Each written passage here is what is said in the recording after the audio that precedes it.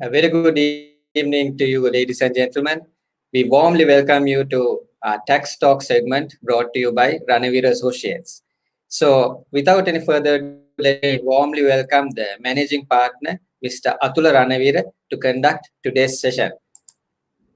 Good evening, Mr. Ranaweera. Good evening. Yeah, Mr. Ranaweera, we've been doing this Tax Talk segment for several months now, several weeks, several episodes. So we talked a bit about this subject earlier as well, this topic, the amendments. But can you just kindly introduce us to what exactly today's topic is and what you intend to talk about? Yeah, today what we are going to talk is on this recent income tax amendment,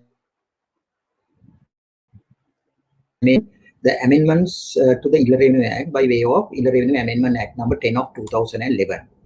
Now we were at the bill stage. We discussed on this in latter part of March. We discussed, but after passing the legislation, now this is the first session after passing the legislation. Today we will discuss those changes. Great. So, Mr. Ranaweera, let's straight away just go into the areas of changes. So, firstly, I think there's some update about the withholding tax. Can we start with that, maybe? Yeah, I think that is we will start with withholding tax.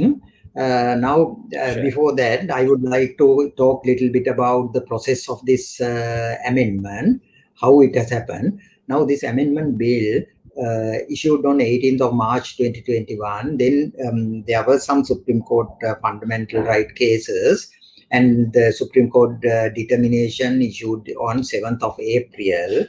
Then, after incorporating those amendments also, they passed this as an act on 4th of May, 4th of this month in the parliament. Then speaker signed that on 13th of May. Right. Now, withholding tax, if we take the withholding tax, I would like to first talk about the withholding tax on remuneration. Commonly we call it as payee tax. Payee tax. Right. Now, for easy understanding, I have divided this into two: resident with related to resident or Sri Lankan people, Sri Lankan citizens or resident people, then non-resident or non-citizen people. Then the time period, I put that into three categories. 1st April 2018 to 31st December 2019, then 1st January 2020 to 31st March 2020, then 1st April 2020 onward. Then, with related to the resident people, the first period, it was liable for payee, as well as non-resident, it was liable for payee tax. Then, if you take the second period, for both persons, it was not liable for withholding tax. Then, with effect from 1st April 2020, it is liable to APIT, advanced personal income tax, on voluntary basis. With related to the residents and Sri Lanka citizens, it is on voluntary basis it is liable. That is advanced personal income tax.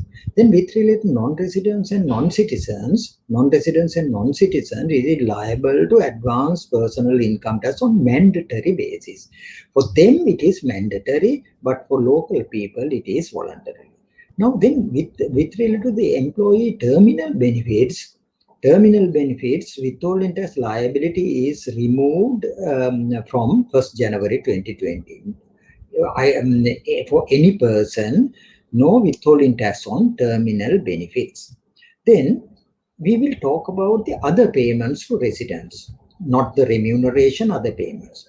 Now, with related to the other payment, I have given a list in like dividends, interest, discount, charge, rent, royalty, natural resource payment, premium, and other service fee. On these things, the withholding tax is abolished with effect from 1st January 2020. With related to the residents, the withholding tax is abolished. First, we will talk about the residents. Then, introduction of advanced income tax. Now, for residents, they introduce advanced income tax. because no withholding tax, then if you are to pay something on your own, there's a thing called advance income tax. With effect from 1st April 2020, a resident taxpayer who receives above type of payments can request the person who is making the payment to deduct advance income tax. That is, on request only they are deducted. Then payment to residents with relate to the other payments like winning from lottery, reward, betting and gambling, the withholding tax of 14% continues. On this, the withholding tax continues. Then when we sell the gem in a National Gem and Jewellery Authority auction, we have to pay 2.5% withholding tax. That's a final withholding tax, 2.5%. Then these two are, this gem thing is applicable for non-residents also. Then partnerships. Earlier we had 8% withholding tax on partnerships. They abolished it, and they introduced 6% partnership tax. Right. Then we'll talk about the payments to non-residents. When we take the payments to non-residents, now some of these, the withholding taxes are there, but as these items are exempted under third schedule,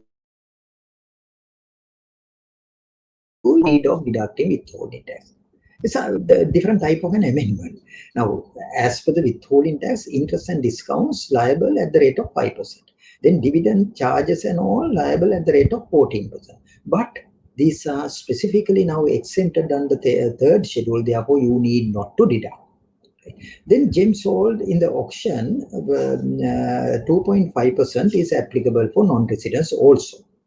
Then service fee with relate to this land, sea, airport, telecommunications and all, there's a service fee withholding tax of 2% that is continuing. For foreigners, it is continuing. Then profit share allocated to partnership or partners. Now, in the case of partners and partnership, the profit share, it is not no withholding tax. It is not liable because, as I mentioned, partnerships withholding tax of 8% is removed and introduced partnership tax. Right? Then general allowances. Now, yeah, that's all. Yeah, Mrs. Asad, that's all for the withholding taxes. Yeah. So the next question, actually, I wanted to ask us about these allowable and disallowable deductions because there was an amendment on that. Can you explain on that, Mr. Ranaweera? In order to manage time, I'll speed up. Now, when we are doing a business or investment, if you are doing a business or investment, there are some expenses what we can deduct. From the turnover, we can deduct certain expenses. Now, the most important sections are section 10 and 11. As for section 11, it says any expenses to the extent they are incurred during the year by that person in the production of income from the business or investment shall be deducted. That means any expenditure incurred for the production of income is allowable. That's the specialty. Then section 10 talks about disallowable expenses. Now, this is the basic principle. Now we'll move to the amendments. Now we'll see, saying that I would like to move to the amendments. One amendment is with related to the gratuity fund. I'll first read this amendment. Contribution to gratuity funds by employers which are not included into the employment income are also newly included into the disallowable list. It is included into the disallowable list. Right. But only thing, now this income, we have to refer section 53F because it is excluded from employment income. It is not taxing as an employment income. It's a separate source. They have taken it as a separate source. Then, second, cost of funds. Now, cost of funds of financial institutions incurred on loans provided to new businesses commence after 1st April 2021. Now, this is, suppose a person who has completed a vocational education. If there's a person who completed the vocational education and start in a business newly, and go and obtain a bank loan, then the bank, for the bank to give loans, bank has to get this money from somebody else. Okay. To get this money from somebody else, they have to pay interest on deposits. Now, what it says is this type of interests are allowable for tax purposes. Actually, they need not to do this amendment because anyway that those expenses are allowable under section 11. I don't know why they brought this amendment. Next is repair and improvement expenses. Now, as you all know, when we are running a business, if there are any repair and improvement expenses, there's an upper limit of claiming per annum. There's an upper limit of claiming. As per the law, the repair and improvement expenses, you can claim only up to, with relate to the buildings, only up to 5% of the tax written down value of building, but with relate to the other assets, only up to 20% of the tax written down value of the assets. Now there's an upper limit. Right. Now this putting repair expenses into this upper limit with the upper limit is not fair. Improvements okay, because in improvement there may be capital expenditure also. Therefore, what they have done, they removed the repair from this limitation. Now, in future, any repair expenditure incurred in production of income, you can deduct, no problem. But improvements, it is subject to these upper limits. Then there's a communication expenses, marketing and communication expenses to promote marketing and communication services. There's a 200% deduction. Suppose you spend 1 million, you can deduct 2 million, right? If you incurred 1 million expenditure, you can deduct 2 million as allowable expenditure. There are few conditions. I have not given all the conditions here, but that's deduction is there. Then next item, 200% deduction on research and development expenses. This research and development expenses 200% deduction is already there in the law. What has happened? They extended the last date by another 2 years. As a result, even the year 21, 22 and 22, 23 also covers with that. Therefore, if you spend any research and development expenses on or before 31st March 23, you can claim 200%. Next, finance costs. Now, as you know, there was a big issue with related to still that issue is there with related to the financial cost. When a company is running with financial difficulty, they go and obtain loans. Once they obtain loans, they have to incur finance costs. But when you are claiming the financial cost, you can claim only up to, on loans only up to 4 times of the share capital and reserves. For manufacturing companies, this 4 times, it was 3 times earlier. Now they removed that 3 times and put for them manufacturing entities also 4 times. Now, any manufacturing or non-manufacturing entity, they can claim interest on loans up to 4 times of share capital and reserves. If there's a company where the share capital or reserve is not there, you need not to worry. The next item, losses. Now, with related to the losses, there are some limitation. If you incur a loss during a lower tax period, you can't carry forward and claim that loss from a higher taxing period.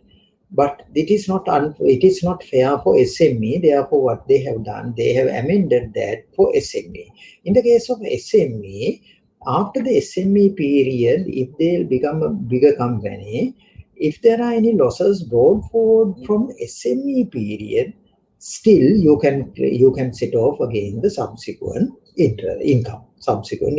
That's a good thing.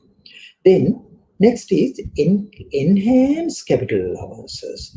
Now, as you know, in certain asset investments, capital assets, investing capital assets, there are some enhanced capital allowances. If you are starting a business by investing not more than 3 million US dollars on depreciable assets, not more than 3 million US dollars on depreciable assets, you were entitled to claim 200, certain cases 100% in the first year, in certain areas 200% in the first year itself. This benefit they extended by another 2 years. Now, as a result, you can spend money on or before 31st March 2025. 31st March 2025 and enjoy this benefit. Suppose you spend 1 million US dollars, you can claim in the first year as depreciation 1 million. If it is in North and East, in the first year, you can claim 200, 2 times of that, means 2 million. There's a condition like that. Anyway, here what they have done is the time period extended by 2 years. Next is increased capital allowances on milking machines. If you invest on milking machines, you can depreciate it within 2 years at 50%. Within 2 years, you can depreciate it. I think that's all with relate to the allowable and disallowable expenses. Sure, Mr. Ranaweera. So, Mr. Ranaweera, in our previous sessions, we talked about tax exemptions, tax holidays. Can we kind of link it with the current amendments and kind of refresh the memory of everyone on those? Yeah. Now these amendments, one of the most important area is this exemption, so tax exemptions, because under the existing under the tax law, hardly there wasn't tax exemptions. Now, from 2018 onward, we didn't have tax exemption. Now they reintroduced the tax exemption. Therefore, we will see.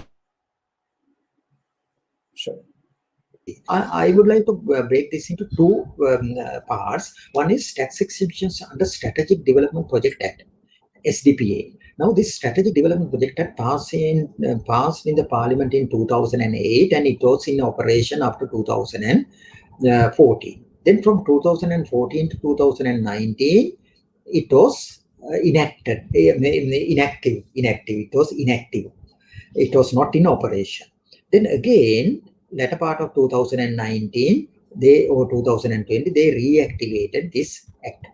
Now, as a result, even at present, they have approved a couple of projects in Sri Lanka under this act. Now, this act supersedes so many other acts, and it can give a lot of tax benefits under various acts. Now, here what they have done, this act, they have accommodated in the Inland Revenue Act also.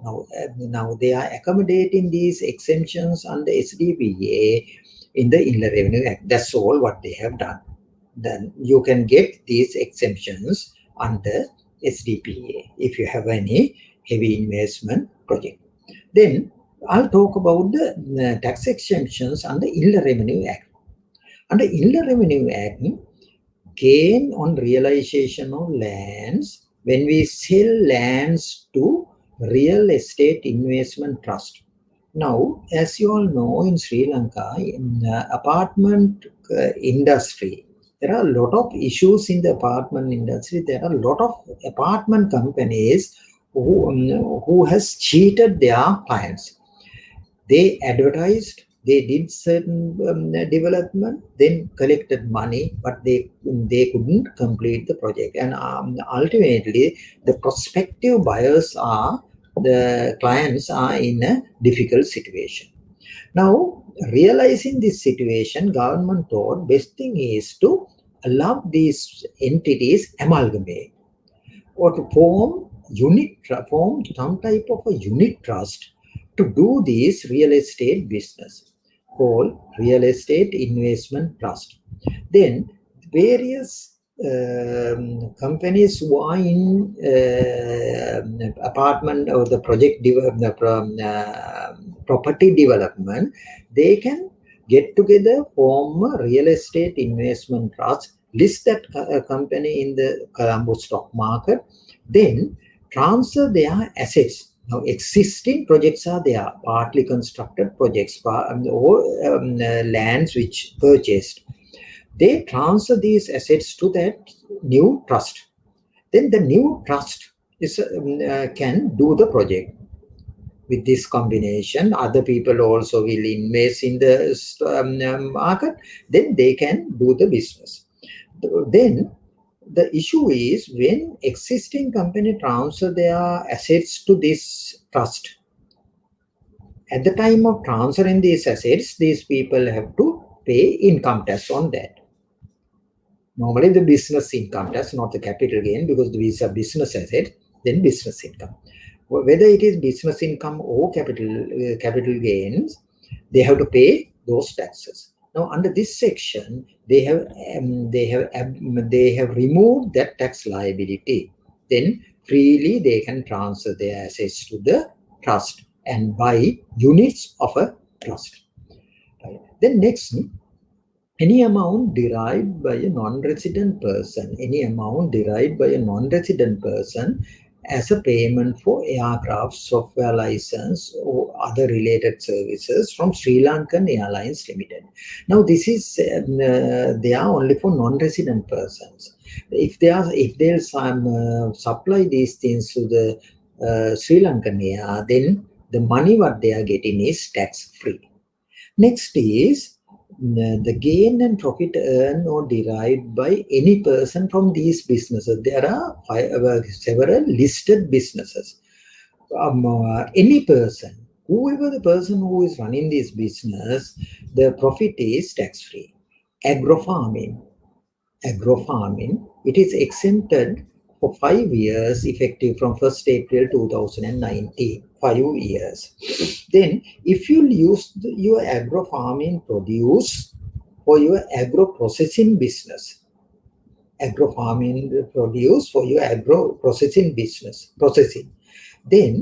the processing profit is liable to tax at 14%.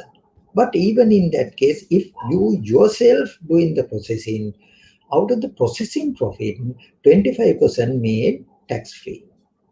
That means suppose the profit is 1 million, you have to pay tax only on 750,000 rupees at the rate of 14%. Then this agro processing and agro farming, the words are defined, but very poor definitions are there in the law, and there will be a lot of litigations in future on these two poor definitions. Then number 2, providing IT-enabled services. If you are doing any IT-enabled services, you get holiday without an ending date. The next is services rendered in or outside Sri Lanka to be utilized outside Sri Lanka. Service export. It is tax-free. It is tax-free forever. Earlier that 15 million exemption was there for individuals and partners. Now for anybody, for any amount, it is exempt. Then number four, any foreign source except for item 3. Now item 3 is with related to the services. Item 3 is services. Item 4, any source. That means actually this is a section what they have introduced to get down to facilitate some type of bringing black money into the country. We being anti-money laundering country, we can't, very difficult for us to give amnesties on these things. This is an indirect way of doing that. Now it says, if you read it very carefully, you see any foreign source where such gain and profit are earned or derived in foreign currency. Earned or derived from foreign currency, and remitted through a bank to Sri Lanka on or after this date. Now the source is not mentioned. It is not limited any way, whatever the way. If you earn something, you can remit it to Sri Lanka without any tax. Then no tax. Right. Then next, Any vocational educational programs. If you are running a vocational educational center, if you will double your student base, then you will be getting 5 years tax holidays from 1st April 2021. 1st April 21. 5 years. That means if you do this doubling the thing, if you do in 21, 22, then you are getting 5 years. If you do this doubling thing in 21, 22, 23, then you will be getting only 4 years. Right. Anyway, the previous year's student base, you have to double and continue that double situation for next 4 years. Then only you will be securing this exemption. Right. Then next item, export of gold, gem and jewelry. If you will export gold, gem and jewelry, it is tax free. Further, if you will import rough stone and cut and polish those things and export it, gemstone, then that export is also tax free in Sri Lanka. Only thing, you have to bring this money to Sri Lanka through a bank.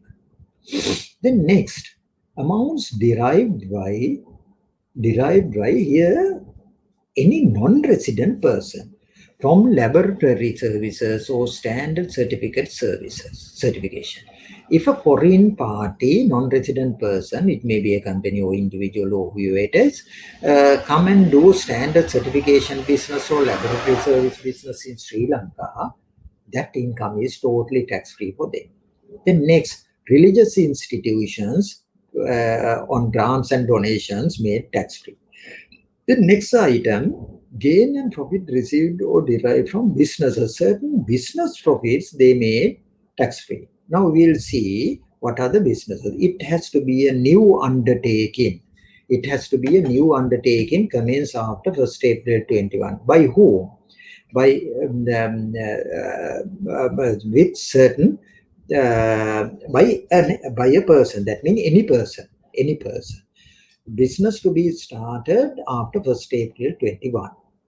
There are few conditions. If you fulfill those conditions, you are getting tax-free situation. Now we'll see conditions. If you are in the construction industry, there are a lot of leftover wastage materials. If you recycle this wastage, then you will be getting 10 years tax holiday. If you recycle these things, you will be getting 10 years tax holiday. This is to secure, one way of securing the environment. The other way is to secure your costs. If such recycled material used for its construction industry, you do the recycling and you yourself use that, then you have to assume that you are buying those things at market price. You have to decide the market price and take the selling price. You are selling to yourself, right? Okay. Then assuming on that basis, by applying that basis, you have to calculate the profit and pay tax. Enjoy the tax benefit, right? Any business commence on or after 1st April 21 by individual after successful completion of vocational training is getting 5-year tax holiday. If you follow a vocational training, after doing that, if you start a business, then first 5 years profit is totally tax-free. That's a good thing. For new starters, it is very good. Next, the profit of boat manufacturing by resident person. This is boat and ship manufacturing by resident person. 7-year tax holiday. Next, if you are doing more than 100 megawatt solar or wind power project, capacity has to be more than 100 megawatt, then you will be getting 7-year tax holiday. That is also applicable to any person. Then an undertaking commence on or after 1st April 21 for construct, install communication towers and related appliances and providing required technical services, then there's a 5-year tax holiday. You can enjoy 5-year tax holiday because the communication sector is so much important. Therefore, they are promoting that. Then next, an undertaking for letting bonded warehouses and warehouses relating to offshore businesses. If you construct bonded warehouse in Colombo Harbour or Hambantota Harbour and rent it, that rent income is totally tax-free. Rent income is totally tax-free. The time period is not mentioned, forever it is tax-free. Then, in addition to that, if you provide any warehouse facilities for offshore businesses, no need of having these things inside the ports. Even outside the port, there are in Sri Lanka, there are bonded warehouses. If you do that business even outside the ports with relate to offshore business, then not for imports, it is for overseas business, offshore business, then it is tax-free forever. It is tax-free forever. That's actually, this is very much important to promote the international market, because in the international market, this is very much important. Now we'll move forward. Now I have prepared a small summary of these holidays. Now I explained everything. This is a small summary. With relate to, for easy reference, strategic development project, effective date and the time period is as approved. You have to see the approval. Depending on the investment volume, the employment capacity and the export relation, they give extended time period. Then realization of gain on land and building transfer to that trust. Then the time period is open. They have not mentioned 5-year, 10-year, like they have not mentioned. Then this is a summary again. Then this non-residents supplying various things like certain services to Sri Lankan airline, then forever it is tax-free. Then agro-farming, only 5-year tax holiday there. Then IT and enabled services, forever it is tax-free. Then local and foreign services to be utilized outside Sri Lanka, forever it is tax-free. Then vocational educational institution doubling student base, the tax holiday is only for 5 years. Then gold, gem and jewelry exporting or processing and exporting, for open-ended tax holiday is there. Then this non-residence laboratory and standard certification services, open-ended tax holiday is there. Then recycling construction material wastage, the tax holiday is only for 10 years. This is a summary, the same thing what we discussed. Then business communicated and other successful vocational education comes after the successful vocational education, 5-year tax holiday. Boat and ship manufacturing, 7 years. Solar, more than 100 megawatt solar wind, 7-year tax holiday. Then construct communication towers and install appliances, 5-year tax holiday. Then letting out of warehouses for offshore businesses, that is the bonded warehouses, open-ended tax holiday is there. By seeing these things, now again we have gone back to 2006 Act like. A lot of tax holidays are there. Now it is up to you to promote FDIs and your bosses to invest and make use of this money. Make use of that tax holiday profit. You can do a lot of tax holiday businesses. Then this budget 2021, they announced that they are giving tax holiday, 5-year tax holiday for milk powder manufacturing. But they didn't legalize it. In the Amendment Act, they didn't legalize it. I think maybe the reason may be in the powdered milk, it is always the liquid milk is much more better than powdered milk. Therefore, government wanted to promote the liquid milk, fresh milk. That may be the reason why they have not legislated. Why they have not legislated it. Then now we were talking about the tax holidays with relate to the businesses. Tax holidays, this slide number 11 to 22, we discussed the tax holidays with relate to the businesses. Now, we will discuss the tax holidays, 11 to 17, we discussed that. Then we will discuss the tax holidays with relate to the dividends and interest income. Dividends and interest income. First, we will cover the dividends paid to a resident, paid by a resident company. When a resident company pays any dividend out of the dividend received, it is tax-free to anybody. Then the second one, if a resident company declare a dividend to dividend out of any money to a non-resident person, it is tax-free. Now, ultimately, with these tax exemptions, foreign parties are exempted from tax in Sri Lanka on dividends as well as interest. Non-residents are exempted from dividend tax as well as interest tax, but resident people should pay. Right? Then the third one, this is BOI companies engage in these businesses. If these BOI companies declare dividends to anybody, to any member, the recipient, any shareholder, it is tax-free. The businesses are interport trading, offshore businesses, front-end services, headquarter operations, logistical services. If they'll engage in any one of these businesses, it is tax-free.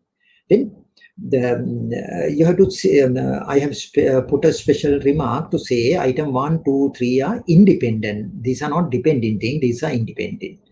Then a resident person is exempted only on item 1 and item 3, not on item 2, right? But non-residents are benefiting. Then further dividends, with related dividends, realization of shares. Now, as I mentioned, dividend and gain on realization of shares in a non-resident company where you are having a substantial shareholding. Now, we can go and invest in overseas share markets. Suppose I buy more than 10% shares of a company, or suppose I acquire more than 10% of the voting right of an overseas company. Then once I dispose these shares and bring that money to Sri Lanka, I need not to pay any capital gain tax on that. I need not to pay any tax on that. But substantial holding has to be there. Then 3 to 9, dividends and gains on realization of units. That rate real estate investment trust. Now once they form a real estate investment trust, we might go and buy these units. If I'll buy these units and keep it for 1 year, we'll say after some time, when the unit price goes up, I dispose the unit. Then my profit out of that disposing of unit is tax-free. That is a dividend. If they'll declare a dividend out of that, the profit earned by unit is tax-free. That's a good thing, because now then without these things they can't promote that type of new concepts. These are new concepts, right? Then we'll talk about little bit about the interest exemptions. Now, if you take the interest earned by certain people are exempted. Now we'll just see charitable institutions. If the charitable institution is earning interest, it is tax-free. Any person outside Sri Lanka, if a foreigner give a loan to Sri Lanka, a non-resident person, overseas lender give a loan, whatever the interest what we are paying by an individual or by a company or by the government, it is tax-free. Then any interest on foreign currency deposits, tax-free. That is to any person on foreign currency deposit. Then any person from special deposits, if you invest in special deposit, there are some special deposit that is tax-free. Any welfare society, certain welfare society they listed, those are tax-free. any multinational company on interest, multinational companies' interest incomes are tax-free. I'm not going to read everything. Any interest, discount, or realization gain earned by a non-resident person, anyway, non-resident persons are anyway tax-free on interest income. Interest or discount on allowed to any person on foreign currency. Again, foreign currency, based on foreign currency, it is tax-free. Then again, from realization of Sri Lanka international sovereign bond, that is international sovereign bonds, that is tax-free. Then interest or discount accrued by a Samurdhi community-based banks. Now, Samurdhi community-based, Samurdhi banks. Now, if they are earning, or if there are any sub-banks, if they are earning any interest income accrued or derived or no after this, it is tax-free. By any bank, it is tax-free. For them, it is tax-free. Then any sum received by any person from President Fund. If I'll get some money from the President Fund or National Defense Fund, it is tax-free. Or my company receives it, for my company, it is tax-free. Now, the second part is applicable only for public corporation. If a public corporation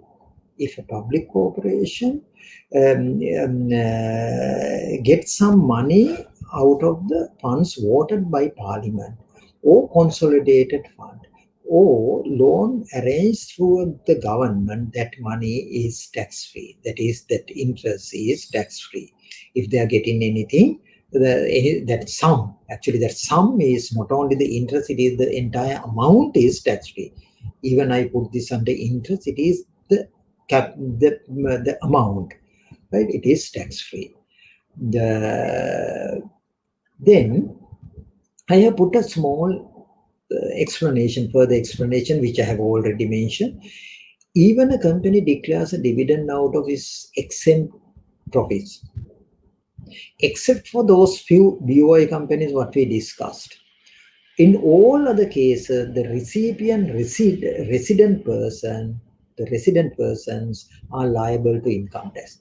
Now, the company may be exempted from tax, but if the company is not enjoying exemptions under this particular section, that is the third schedule item 003. If it is not a company like that, then the recipient shareholder should pay tax. It is very unfair. It shows very unfair situation, because it is useless of giving tax holidays to the company, because the company is a person a legal person, where we have given the birth to them. Now the shareholders got together, put some money and started a company. The shareholders are the people whom has given the birth to the company. Now, in that case, suppose the tax holiday is there for the company, the investor also should be exempted. But that principle has violated in this. That principle has violated. I think, Asas, I have covered all tax exemptions, related tax exemptions. Right. Thank you, Mr. Ranaweera. It was quite informative. So I think the current topic in the country is this current COVID situation, the coronavirus, and how it's impacting the economy and the businesses. Is there anything that has gone into the act considering post-COVID? Any exemptions, any reliefs, anything post-COVID-19? Yeah, definitely. Now we are suffering a lot on this COVID situation. Now, after the COVID, we have to recover all these things, because now we are in a bad shape. Now, then the government also should give various tax concessions for recovery. Now we'll see there's a section they have newly introduced. We'll see that. That is section 58 of the new Amendment Act. This is nothing to do with the existing law. This is an extended thing.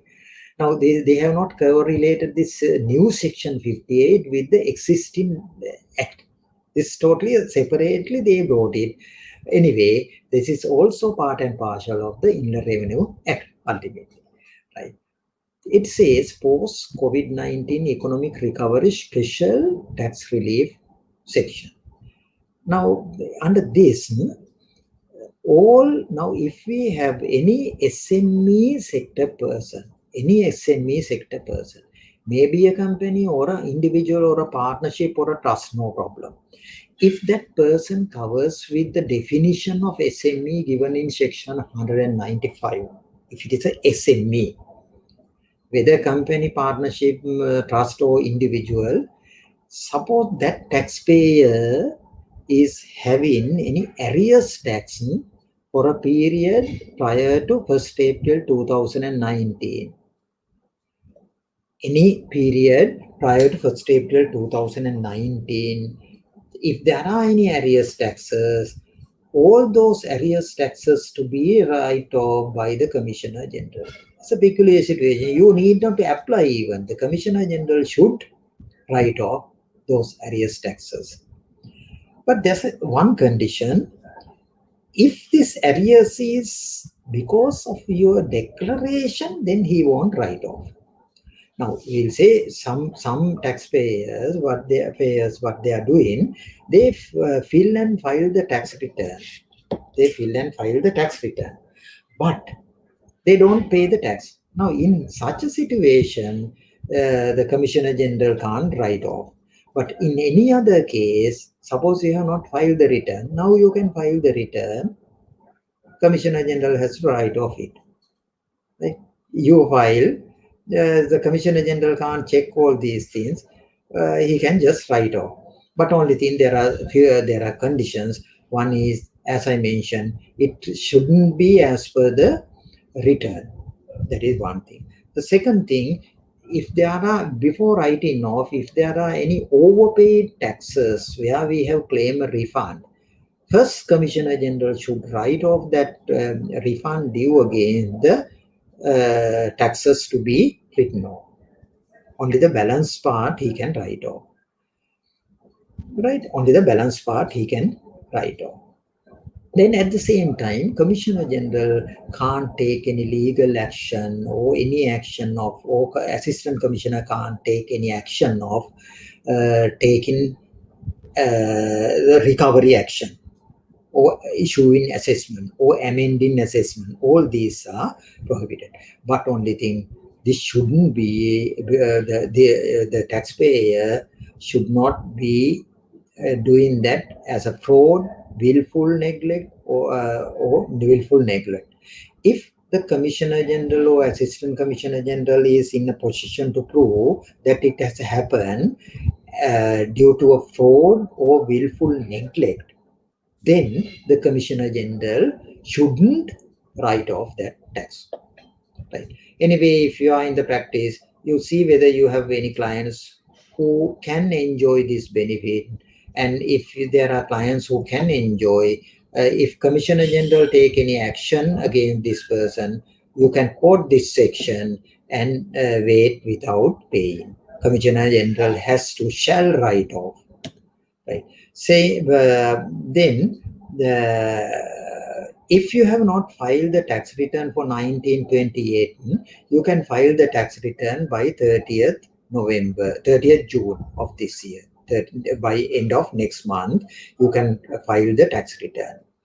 Then that's all what you have to do with relate to the post-COVID-19 thing.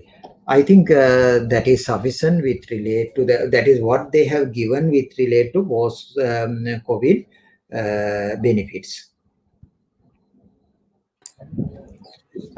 Yes, Mr. Ranaweera, I think we are running out of time. We have about 6 more minutes. So do you want to select any area of importance and talk about it? Yeah, I'll cover within the available time. I'll cover the reliefs and qualifying payments, what they Sure. have. Under the relief, the personal allowance of 5 lakhs, they increase to 3 million. Personal allowance, 5 lakhs, they increase to 3 million for individuals. Then under relief, for resident persons, they have given expenditure relief of 1.2 million per annum on health expenditure, education, health your own health expenditure. Education, of course, it is including the children's education. Then housing loan interest, then contribution to approved pension schemes, and expenditure incurred in purchase of shares, listed shares, and financial instruments. If you invest on these things up to 1.2 million a year, you can take it as a relief. Then there's another relief. If you fix solar panels on your roof and supply the electricity to the national grid, then per year you can claim 600,000 rupees of expenditure. But unfortunately, the amount what you have spent here, if you have obtained a bank loan, we'll say you obtain a bank loan of 1.5 million for 3 years and buy this solar panel. Then every year, first 3 years, you can claim 600,000 each, but 600, second year 600,000, the loan repayment, but third year loan repayment only up to the balance capital amount you can claim. Suppose but here, unfortunate situation, loan has to be obtained from a bank and not from any other financial institution. The other thing, this law covers only solar panels and not the solar systems. I think that is an error in the law. That's an error, loophole in the law. Actually, they could have to cover the solar system, which includes the panels, inverter, wiring system, and switchboard, all these things. Right.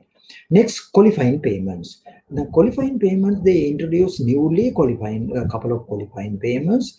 Contributions made by a resident individual to a female of a Samurdhi family to start a shop. You give some money to a lady of a Samurdhi family to start a shop. Then that money is a qualifying payment for you. Then if you spend in film industry, there are some qualifying payments. They have introduced some qualifying payments. I don't have time to read everything. 5 million, 25 million, like upper limits are there, upper limit or lower limits are there. Then expenditure incurred by any financial institution on merger of financial institution. Now the government wants financial institutions to merge. For that, there's a cost. Those merging costs, you can claim it as a qualifying payment. Then for public corporation, there's a qualifying payment which relate to the monies given to the consolidated fund. Then I have given some few slides summarizing what I have already explained for the application of amendments with relate to the individuals. All these things I have already discussed with relate to the individuals separately. Then this is also with relate to the individual, which I have already explained. Then with relate to the partnerships, that is also I have put in summary form for your easy understanding. For partnerships, as I explained, withholding tax removed and introduced 6% partnership tax, how it is taxing. Then for trust, they reduced the tax rate of 24% to 18%. On trust, they reduced the tax rate of 24 to 18%. Then I summarized the company tax rates. I don't have time to read all these things. Company tax rate, I have put this in a small chart for your easy understanding. Now you can see a lot of 14% lower tax rate applicable sectors like SME and export-oriented, then education, tourism, construction, agro-processing and all, then certain dividends received and all the things, the 14% lower tax rate. Next slide also, there are some 14% tax rate. Then on manufacturing, they introduce 18%. Then the conducting betting, gambling, and liquor, tobacco businesses, it is continued to be at 40%. Then any other business, it is at 24%. Then special tax rebate. This is a new concept. For companies, once we calculate the tax, we can, from the tax amount, we can deduct amount. In certain cases, you can deduct 50% of the tax amount, certain cases 25% of the tax amount. Then you have to pay only the new amount. This is a new thing. It is special tax rebates on rebates to I think have covered that part also. Yeah, Mr. Yasas, I think Yes, with the thank you very much, availability of Mr. time. Ranaweera. Yes, we had 1 hour and you covered quite a lot of areas which was of interest. So I would like to request all the viewers who have connected, please contact Mr. Ranaweera if you want to find out more. Follow Ranaweera Associates on Facebook, or you can type in some questions on Facebook, or even email or contact him through the contact details you can see. And then you can clarify any other further information you need to know. As you know, Mr. Ranaweera is an expert on taxation in Sri Lanka, and there could be a lot of services, advice, and consultants you can get through him. So thank you very much, Mr. Ranaweera, for your time and having another interesting topic, something relevant and very timely topic. So I think till we meet again during next tax talk, I wish you all the best and wish you to stay safe. Have a good evening. Okay. Yeah. Then thank you very much, Shazad, as well as I would like to thank everybody who participated to allow me to share our knowledge. Thank you very much. You're most welcome. And all you viewers, thank you very much. Stay safe and be careful during this difficult time. Have a good evening.